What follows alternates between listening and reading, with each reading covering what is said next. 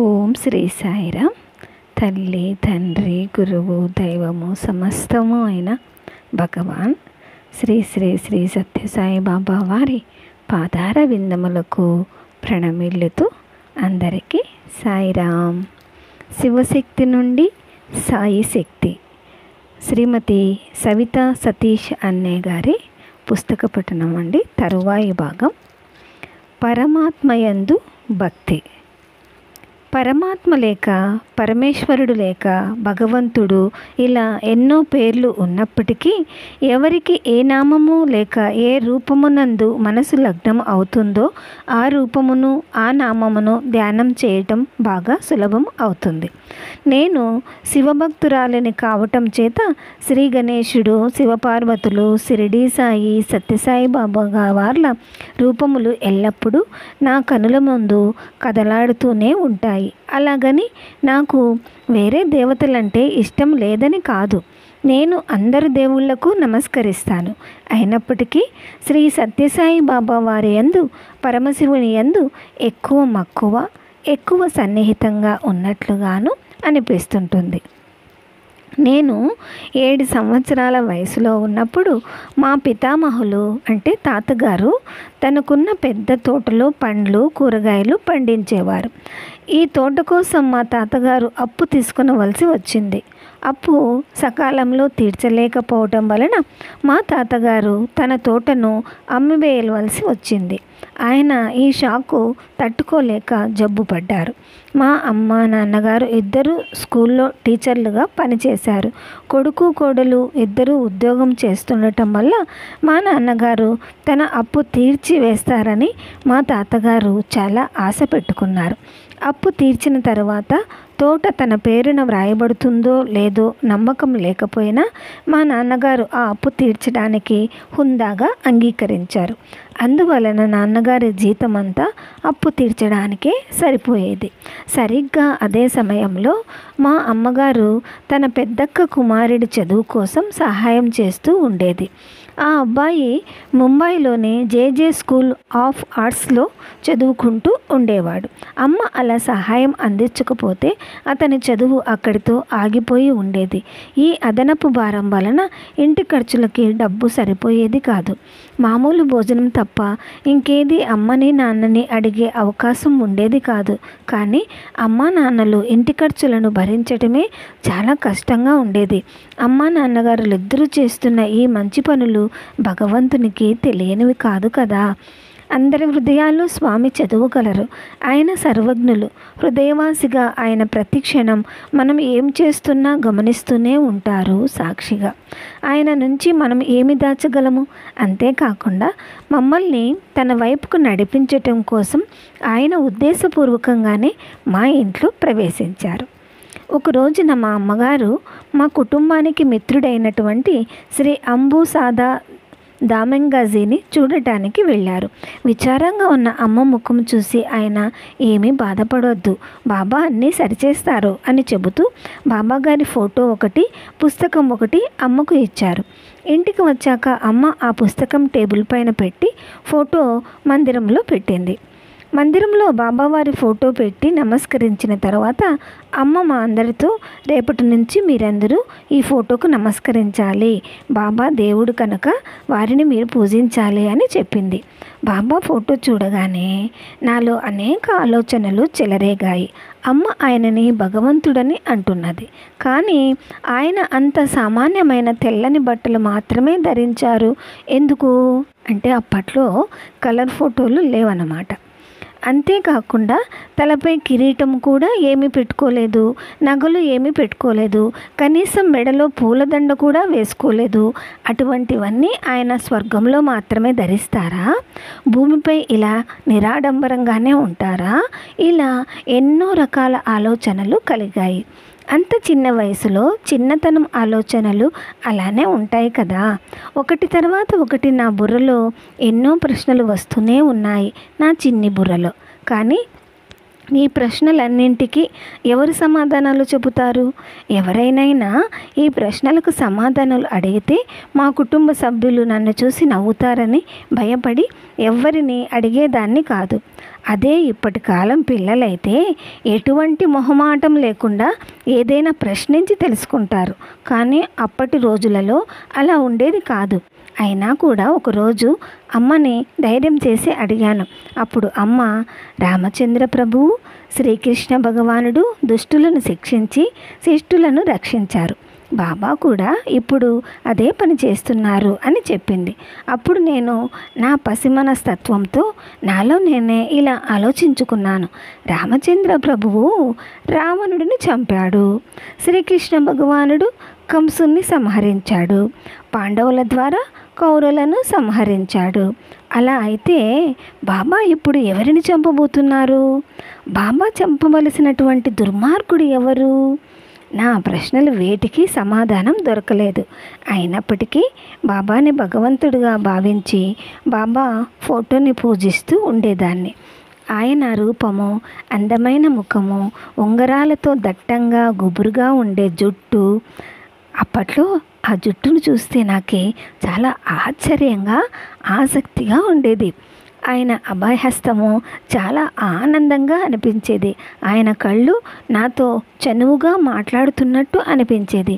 అలా ఆయన ఫోటోలో ఆయన రూపాన్ని చూస్తూ చాలా ఆనందంతో పొంగిపోతుండేదాన్ని. అంబూసా దాదా అమ్మకి ఇచ్చిన పుస్తకం చదివిన తర్వాత బాబా షిరిడీ బాబా వారి అవతారమే అని ఆమెకి గట్టి నమ్మకం కలిగింది.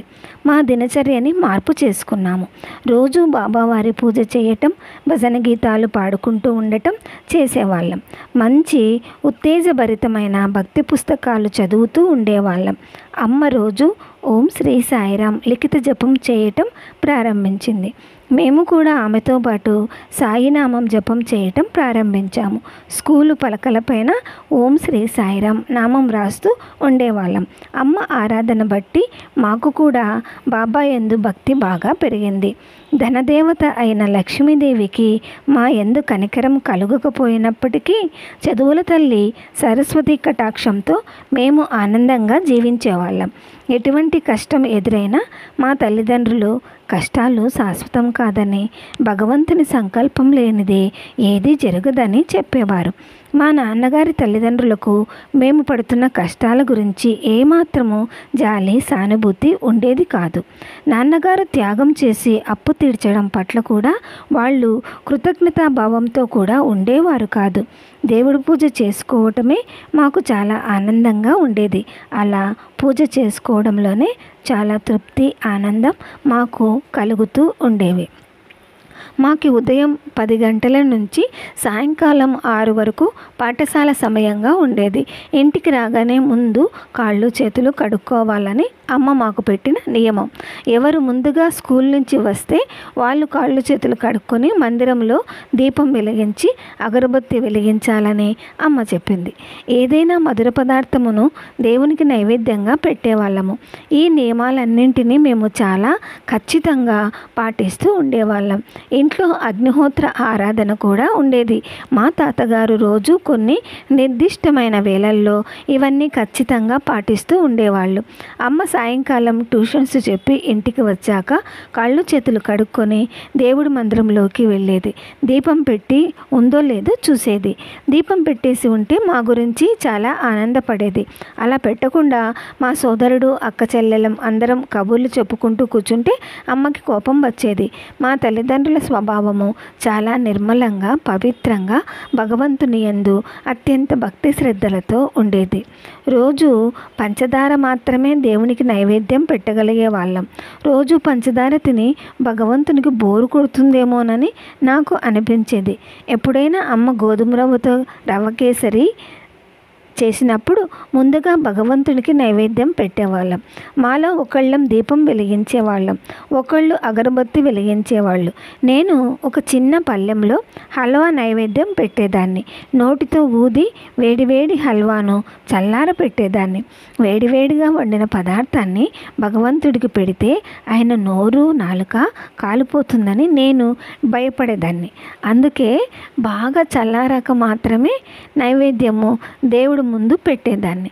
దేవుడికి నైవేద్యం పెట్టిన తర్వాత ప్రసాదం అందరం ఆనందంగా భుజించేవాళ్ళం.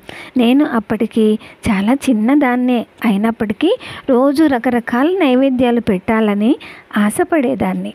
మా ఇంటి దగ్గర ఇతర ప్రదేశాలలో కూడాను భజనలు జరుగుతూ ఉండేవి. మేము కూడా విధి విధానాలతో ఇంట్లో భజన కార్యక్రమాలు నిర్వహిస్తూ ఉండేవాళ్ళం. కొత్త బట్టలు వేసుకొని వేరే ఇళ్లలో భజనకు వెళుతూ ఉండేవాళ్ళం.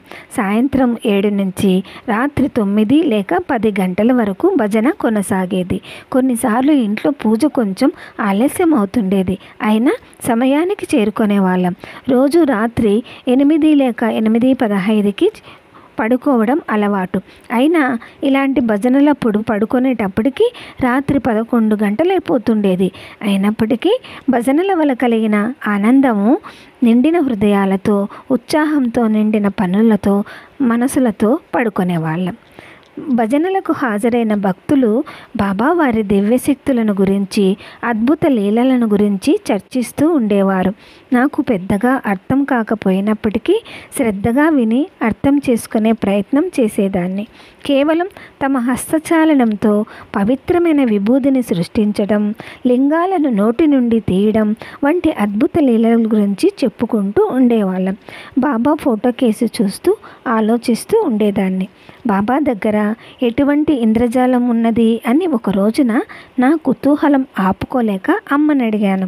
అమ్మ, బాబా గారు ఇంద్రజాలికుడా, అంటే మెజిషియనా అని అడిగాను. కాదు, ఆయనకి దివ్యశక్తులు ఉన్నాయి, అటువంటి శక్తులు దేవుళ్లకు మాత్రమే ఉంటాయి అని అమ్మ చెప్పింది. అమ్మ చెప్పింది నాకు అర్థం కాకపోయినా నా భక్తిలో ఎటువంటి తేడా కూడా రాలేదు. నాకు ఒక సంఘటన గుర్తుకు వస్తున్నది. అంటే బాబా భక్తులు ఇలా విభూతి రావటం భక్తికి ఒక గుర్తుగా భావిస్తారన్నమాట. అలా నేను 3వ తరగతి చదువుతుండగా గురు పూర్ణిమ గురువారం నాడు మేము స్కూల్ నుంచి తిరిగి వచ్చాక మందిరంలో దీపం పెట్టి అగరబత్తి వెలిగించాము. అమ్మ షీరా అంటే రవ్వ కేసరి చేసి నైవేద్యం పెట్టింది. తర్వాత మేము భజనకి వెళ్ళాము. తిరిగి వచ్చేసరికి రాత్రి 10:30 అయింది. ఆ రోజు మేము చాలా ఆనందంగా ఉన్నాం. అమ్మ దేవుని దగ్గర పెట్టిన నైవేద్యం తెచ్చి అందరికీ పెడదామని మందిరంలోకి లోపలికి వెళ్ళి బాబా వారి ఫోటో చూసి అక్కడే నిలబడిపోయింది. ఫోటో చూస్తూ మేము కూడా అమ్మ వెనకే లోపలికి వెళ్ళాము. ఎంత అద్భుతం! బాబా ఫోటో అంతా విభూతి నిండిపోయింది. ఇల్లంతా తెల్లని సన్నని విభూతి పరిమళం వ్యాపించింది. మేము ఆనందంతో ఉబ్బితబ్బిబ్బైపోతూ ఇరుగు పొరుగు వాళ్ళ ఇళ్ళకి వెళ్ళి ఈ శుభవార్తను చెప్పి వచ్చాం. కొద్ది రోజులలో మా ఇల్లే ఒక గుడిగా మారిపోయింది. తర్వాత మా స్నేహితులకు కూడా చెప్పాము. బాబా భగవంతుడని నమ్మిన వాళ్ళు ఈ లీలలను చూసి ఆనందించారు. నమ్మని వాళ్ళకు మేము దూరంగా ఉన్నాము. బాబా ఫోటో నుంచి వచ్చిన విభూతిని వచ్చిన వాళ్ళ నుదుటిపై పెట్టేదాన్ని. ఎవరికైనా ఆరోగ్యం బాగా లేకపోతే ఆమెకైనా అతనికి కానీ ఈ విభూతి పెడుతుండేదానిని. వాళ్ళ జబ్బు నయమై ఆరోగ్యవంతులు అయ్యేవారు. జబ్బు నయం కావటం వల్ల 4వ తరగతిలో ఉండగా టాన్సిలైటిస్ వలన నేను అస్వస్థతకు గురయ్యాను. అది తర్వాత డిప్థీరియాలోకి దింపింది. అమ్మ నన్ను డాక్టర్ దగ్గరికి తీసుకువెళ్ళింది. ఆయన నన్ను ఆసుపత్రిలో చేరమని చెప్పారు. నేను ఒక్కదానినే ఇంచుమించు ఒంటరిగా ఆసుపత్రిలో ఉన్నాను. ఆసుపత్రి బెడ్ పైన పడుకొని బాబా గురించి ఆలోచిస్తూ ఉండేదాన్ని. బాబా కిరీటం ఎందుకు పెట్టుకోరు? ఆయన జుట్టు అలా ఎందుకు ఉంది? ఆ రోజు గురువారం. భజనకు వెళ్ళలేకపోయినందుకు నాకు చాలా అస్థిమితంగా ఉంది. ఆ రోజు రాత్రి బాబా నాకు కలలో కనిపించి దర్శనం ఇచ్చారు. ఇప్పుడు నేను మీకు శాంతా మోసీ గురించి తప్పక చెప్పాలి. ఆమె మా అమ్మకి స్నేహితురాలు. ఆమె తన ఇంట్లో పెద్ద ఎత్తున భజనలు ఏర్పాటు చేసేది. 50 నుంచి 60 మంది దాకా భజనకు హాజరయ్యేవారు. ఆమె ఇంట్లో బాబా ఫోటో నుంచి విభూతి కుంకుమ వస్తూ ఉండేది. నేను డిప్తిరియాతో ఆసుపత్రిలో చేరినప్పుడు అమ్మ స్కూల్ నుంచి తిరిగి వచ్చిన తర్వాత శాంతా మావేసి మా మేనత్త నన్ను చూడటానికి సాయంత్రం ఆసుపత్రికి వచ్చేవారు. వాళ్ళు రాగానే ముందుగా బాబా గురించి, భజనల గురించి అడిగేదానిని. ఆ రోజు సాయంకాలం ఆసుపత్రిలో కబుర్లు చెప్పుకుంటూ టైం చూసుకోలేదు. ఇంతలో చీకటి పడిపోయింది. క్షణంలో నల్లమబ్బులు కమ్మేసి ఉరుములు మెరుపులతో కుంభవృష్టి కురవటం ప్రారంభమైంది. మా ఇంటికి ఆసుపత్రి బాగా దూరం కావటం వలన వీళ్ళు ఇంత వానలో ఇంటికి వెళతారో, ఎలా వెళ్తారబ్బా అని ఆందోళనకు గురయ్యాను. అంత కుంభవృష్టిలో అమ్మ, అత్త ఇంటికి వెళ్ళటానికి బయలుదేరారు.